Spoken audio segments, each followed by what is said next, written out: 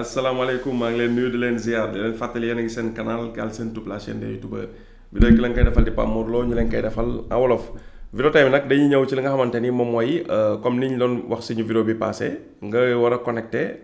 compte AdSense ci beneen compte boo xam ne mënul créer AdSense voilà. léegi nag mën na nekk compte AdSense bi nga bëgg a def ci sa chaîne bu bees bi sa AdSense boobu moom la mais dafa nekk ci beneen email. nga bëgg mu yomb pour nga jël sa deuxième chaîne monétiser ko foofu mën nga utiliser même méthode bi wala nga am koo xamante ni maanaam dafa am AdSense nga bëgg a monétiser te mënoo créer AdSense léegi nga bëgg a jaar ci moom pour maanaam sa YouTube mën a connecté ci AdSense am voilà méthode bi gën a simple moom la ñuy def vidéo tey muy AdSense bi nga def ko administrateur ce qui fait que email bi nga xam da nga ci war a demander monétisation te mënul am AdSense moom da nga ciy gis d'office AdSense bi nga xam ni ajouté nañu li si ni nga koy ajouté lañ leen di wan ni ngay accepté invitation bi ak ni nga xam ne doon ngay defee demande bi ci AdSense boobu ni muy yombee bu fekkee da nga ko def administrateur su ko defee boo ko defee pare nit ki nag bu bañee nga am accès ci AdSense am soo defee loolu ba pare moom mën na dindi administrateur bi bu ko defee seen YouTube boobu day monétiser di verser ci AdSense boobu mais borom seen YouTube du am accès ci AdSense bi voilà. léegi nag bu ñu ñëwee nii boo xoolee dañoo ubbi ñaari page yi boo xoolee page bi ñu ubbi nii mooy page bi nga xam ne mooy seen YouTube bi ñu war a monétiser moom moo nekk nii. léegi beneen compte bi nii mooy compte li nga xam ne mooy AdSense bi comprendre nga compte bi moom chaîne YouTube bu am AdSense la beneen bii ci ginnaaw bi nekk chaîne YouTube boo xam ne amagul AdSense te mënut a créer AdSense comprendre nga mais dañ ko war a monétiser ci AdSense bii comprendre nga voilà loolu mooy objectif bi. léegi lan la ñuy def léegi dañuy jël emailu chaîne YouTube bi nga xamante ni moom lañ bëgg a monétiser te mënut am AdSense email am moom la ñuy jël. yóbbu ko pour ajouter ko ci AdSense bale pour mu nekk fa administrateur comprendre nga voilà léegi email bi ngay jël moo nekk nii par exemple tey email bu dee cas bi email moo nekk nii yow da ngay jël sa email voilà bu fekkee xam nga ko jarul nga dama koy copier fii parce que comme du sama compte jàpp ma email bi voilà bu dee sa email la soxla sax ngay ñëw di copier l'essentiel compte bi nga war a monétiser email am ngay jël soo jëlee email am léegi lan ngay def nga ñëw ci compte bi nga xam ne am na AdSense moom ba pare comprendre nga ñëw yaa ngi akay nii nga ñëw fi nga xamante ni moom mooy compte nga cliquer compte soo cliquer compte après léegi nga ñëw fi nga xamante ne moom mooy accès et autorisation soo cliquer accès et autorisation maanaam nii mooy génn su fekkee parce que léegi la mun nga ko fekk nga mu tëju nii comprendre nga su tëjoo nii nga ñëw accès et autorisation nga cliquer nii lay daal di mel après nga ñëw gestion des utilisateurs nga ñëw nga cliquer fii voilà soo cliquer fii gis nga fii la lay defalee nga war a dugal sa email bi nga jëlee fee te moom mënut am AdSense nga def ko administrateur ci AdSense bi nan nga koy defee da ngay cliquer fii nouvel utilisateur voilà léegi nag entre temps mun nga vérifier waaye fii ndax yow kese yaa fi nekk voilà nga def nouvel utilisateur soo defee nouvel utilisateur AdSense bi nga xam ne yow jëli nga ko ci YouTube ba léegi mënut am AdSense nga coller ko fii voilà léegi nag nga coller ko parce que dama kaa copier su dee yow da nga koo xamoon da ngay ñëw fii rek da nga koy bind voilà soo ko bindee ba pare wala nga coller ko nga cliquer fii inviter l'utilisateur nga cliquer soo cliquer gis nga invitation bi dem na nee nañ utilisateur bi invité nañ ko pour mu nekk administrateur ci AdSense bi léegi nag benn parenthèse bu ndaw su fekkee ni email chaîne YouTube boobu noonu da nga ko doon jéem a créer AdSense ne la non kii mënut a créer AdSense maanaam parce que ñu bloqué la ci li nga xamante ni moom mooy validation numéro téléphone bi xam nga AdSense bi day ubbeeku mais da lay bloqué numéro téléphone bi mën nga ñëw dugal fii mun la noo compte bee dafa lancé AdSense voilà li gën AdSense boobu nga doon jéem a créer da nga koy supprimer mu deñ d'office mu deñ ba pare voilà nga xam ni compte bi amatul dara ci AdSense wala boobu bu fekkee mosoo ko lancé nga ñëw direct def nii su dee nag da nga lancé woon am AdSense bu fa nekk te mënul jàll validation numéro téléphone bi nga supprimer ko voilà léegi boo defee lii ba pare lan ngay def comprendre nga da ngay demaat ci le compte bi nga xamante ni moom nga ñëw demander administrateur muy seen YouTube bi bëgg a monétiser te amul AdSense soo fi ñëwaatee nga dem ci boîte Gmail am soo demee ci boîte Gmail am di nga gis message bii nii message bi toujours da ngay xool libellé bi mooy ki ko envoyé AdSense lay doon mi ngi nii Google AdSense ñoo envoyé message bi toujours lii lay nekk vous avez été invité à accéder à un compte AdSense nga cliquer message bi su dee da nga ko def léegi dugg léegi message mooy nekk ci kaw bu dee da nga ko def nag néglige ko ay quelque temps mun na am yeneen message tege ci kaw léegi boo duggee message bi nga fi gis mun la invité nañ la pour nga nekk administrateur ci benn AdSense sa compte bi foo mu am 18 ans et cetera voilà nga daal di cliquer ci lien bi mu la defal nga cliquer fii boo cliquer fii pour accepter invitation bi cliquer nga indi na la fii mu ne la nga confirmer pour accepter invitation bi ñu la def fële nga cliquer fii accepter invitation soo cliquer accepter invitation gis nga léegi compte AdSense bi ni mu nekkee ci email ba la nga xam ne moo ko moom fa la AdSense bi nekk noonu la AdSense bi nekkee yow tam ci sa email bi léegi voilà léegi boo defee loolu ba pare léegi li ngay def mooy nga daal ñëwaat ci sa YouTube parce que da nga doon demander monétisation mais munoo créer AdSense soo ñëwaatee ci YouTube bi nga def léegi maanaam fii mel da ngay créer AdSense xam nga da nga doon créer jàllul nga utiliser beneen AdSense def ko administrateur léegi la ngay def da ngay connecté ci AdSense boobu voilà léegi nga ñëw fii sélectionné fii mu lay demandé ne ndax am nga AdSense ba pare ndax amoo ko et cetera nga ne ko am naa ba pare ci kaw am naa parce que invité nañ la ba nga def ko administrateur nga def continuer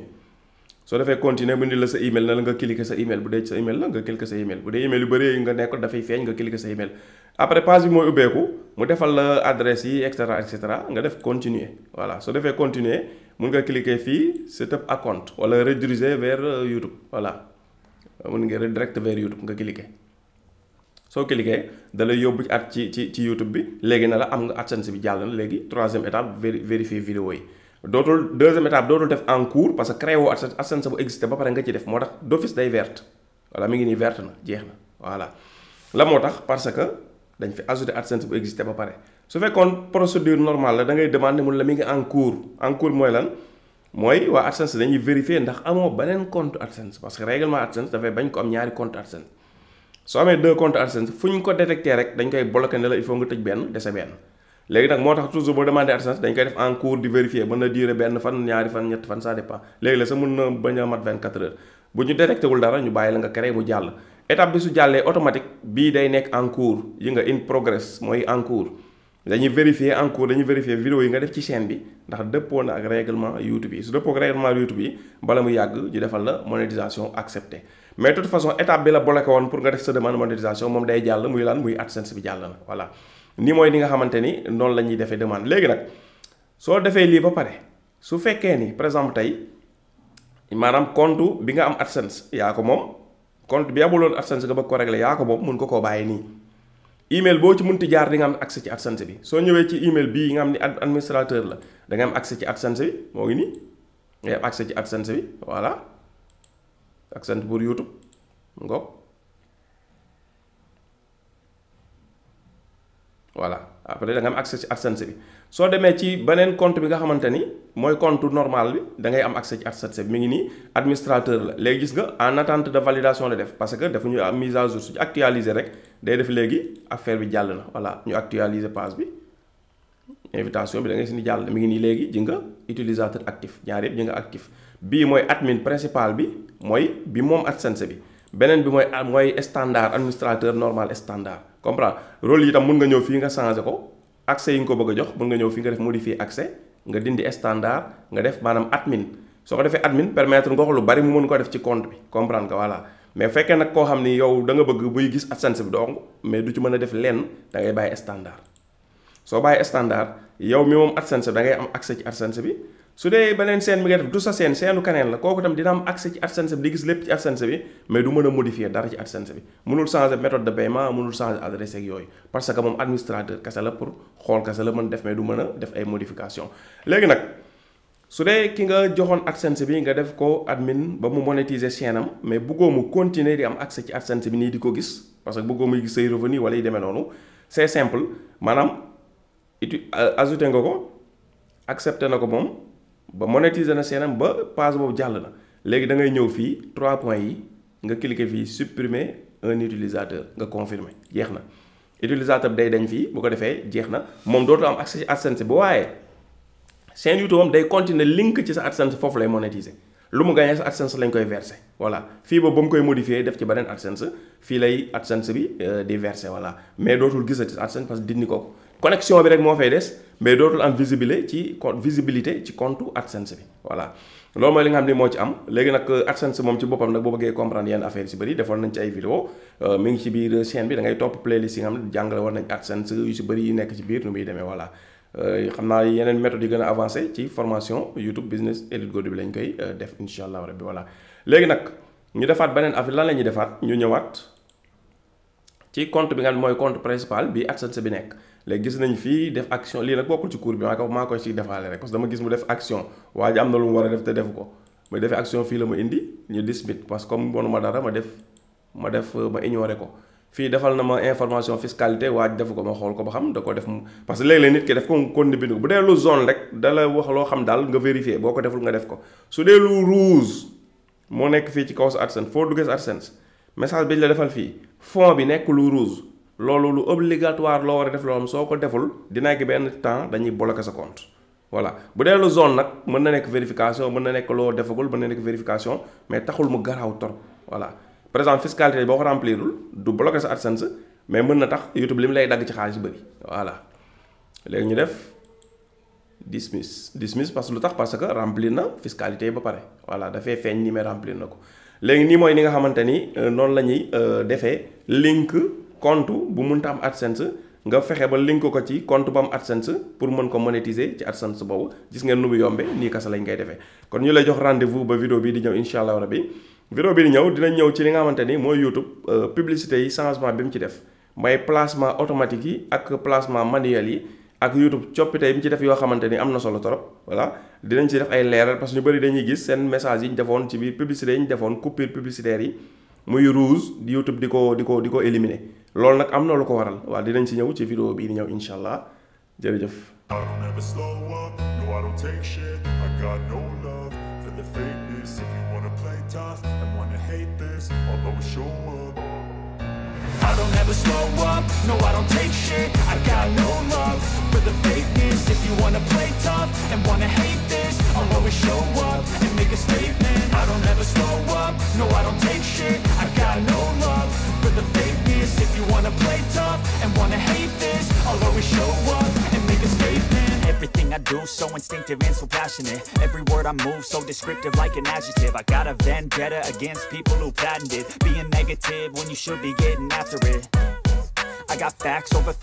tracks, this and that. Spitting slow, spitting fast. I could roast, I could gas. Think I'm okay at last, but I don't know if that can erase all the past. And the pettiness, a reflection of the emptiness. Hilarious, you think you're worth my time, you're delirious. Mysterious, because you hide behind a fake exterior. Inferior, you know I'll always be a bit superior. Get off of me, this ain't no humble brag. I want you to hear words, you can say them back. I want you to feel free from the chains at last, and to believe in what you got, it was built to last, yeah.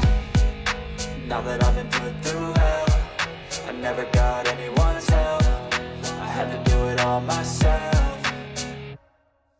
I don't ever slow up, no I don't take shit. I got no love for the fakeness. If you wanna play tough and wanna hate this, I'll always show up and make a statement. I don't ever slow up, no I don't take shit. I got no love for the fakeness. If you wanna play tough and wanna hate this, I'll always show up and make a statement. Gonna learn the consequence of being incompetent. Mental health is confidence, dreams and some honestness. I'm not here to save the day, that's for you to take away. I could play a million mind games, but instead I say something not illogical, something that is topical. Rub it on and watch it go, make yourself unstoppable. Dreams are irresponsible, but they're always possible. If you just believe, you could be so remarkable. Thoughts in my head, a collage and they spread. I'll be great one day, going off of my meds. No, I'm not giving up, no, I'm not giving in. I will make it to the top, taking off in the wind. I gotta make it, I'm saving every day to taste it. I'm patient, but my mind, it can hardly take it. I'm chasing a dream that I've had for several ages. A vacant, modern kingdom for the taking.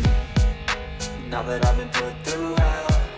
I never got anyone's help. I had to do it all myself. I don't ever slow up, no I don't take shit. I got no love for the fakeness. If you wanna play tough and wanna hate this, I'll always show up and make a statement. I don't ever slow up, no I don't take shit. I got no love for the fakeness. If you wanna play tough and wanna hate this, I'll always show up and make a statement. I don't ever slow up, no I don't take shit. I got no love for the fakeness. If you wanna play tough and wanna hate this, I'll always show up.